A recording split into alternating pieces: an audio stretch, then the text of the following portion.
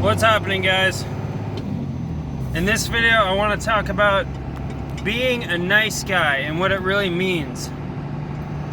You guys may have heard the terms nice guys finish last or assholes finish first, and those terms seem kind of blunt, but honestly it's true, and I'm going to tell you why.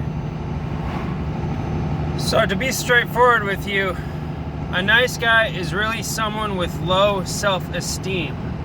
A nice guy is someone who lacks confidence, is timid, cowardly, and doesn't have any strong opinions. A nice guy is very concerned about the opinions of others because they don't want to walk on anyone's toes. They want to be passive and kind of, not rock the boat.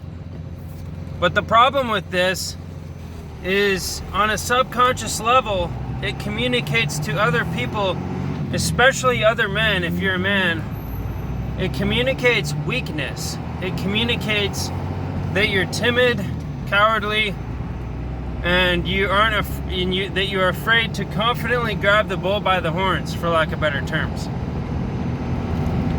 And yeah, you're going to get along with a lot of people. You're going to be liked by many. But when it comes time to talk business, or when it comes time to, get the A-team going, or pick people out of who you really want to work with, you're going to be left out of the crowd, unfortunately. You're going to be left out. I say this from personal experience, because for a very long time I was a nice guy.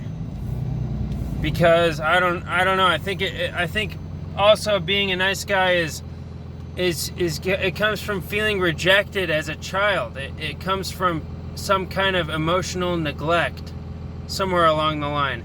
And so to compensate for that, you feel like you need to please everyone so that everyone will accept you, because maybe you didn't feel like your parents accepted you or something like that.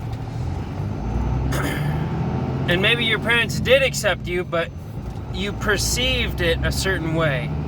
And so you had some kind of perceived trauma growing up, which caused you to overcompensate by becoming a nice guy and becoming timid, because you didn't want to rock the boat. And so what really woke me up to the reality of a nice guy is, I can remember a distinct moment in time. I was working for a construction company doing commercial doors and commercial remodels and repairs.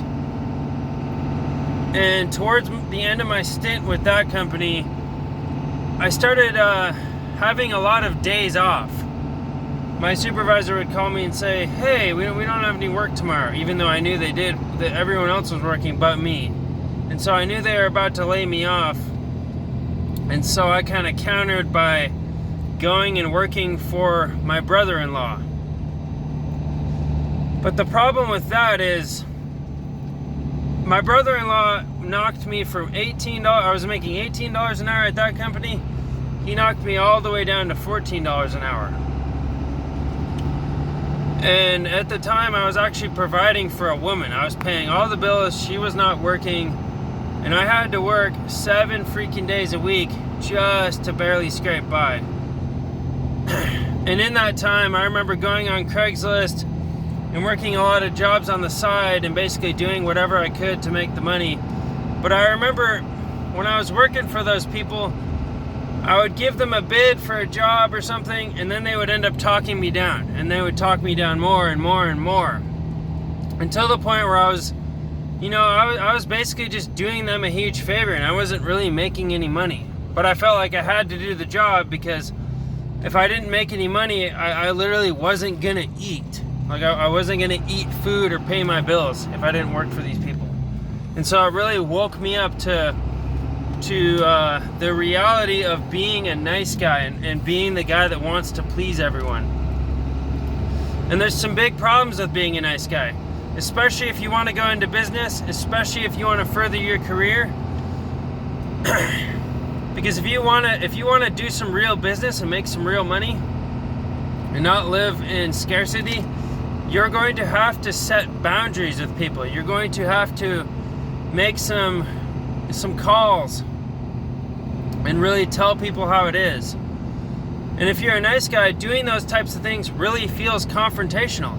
At least it does for me, because setting firm boundaries and telling people what you really need from them, it honestly sounds confrontational when you're used to just, hey, it's all good. Hey, I'm not going to speak up and tell you how I really feel. I'm just going to tell you what makes you feel good. That won't get you very far. And so that I really woke up a few years ago when I was working for my brother-in-law, because yeah, I get along with a lot of people, or at the time I got along with everyone. But at the end of the day, when it comes time to pay me, nobody's going to pay you very much money, because on a subconscious level, you're communicating to them that you don't have any confidence, you're cowardly, and you're timid. And so when they pick up on that, they, without even being conscious of it, they're going to pay you less money, because a confident person commands a higher price point. Notice rich people. Just take any rich person, for example. Name me one rich person that is not confident. I literally cannot think of one. Because in order to be rich, in order to vibrate on that level, you must be confident. Because in order to have a successful business or be successful at anything in life, you can't be a nice guy. You have to have strong opinions. You have to be very firm in what you're doing. And so anyway, guys, I hope this helps you. The key take-home point here is that when you're a nice guy, you're communicating to others that you're weak. I know it sounds harsh. I hope I'm not offending anyone here, but that's just the grim reality of it, guys, and that's the lesson I had to learn. So I'm just trying to help you guys out by sharing my wisdom and the things I had to learn the hard way. So anyway, guys, I'll check in soon.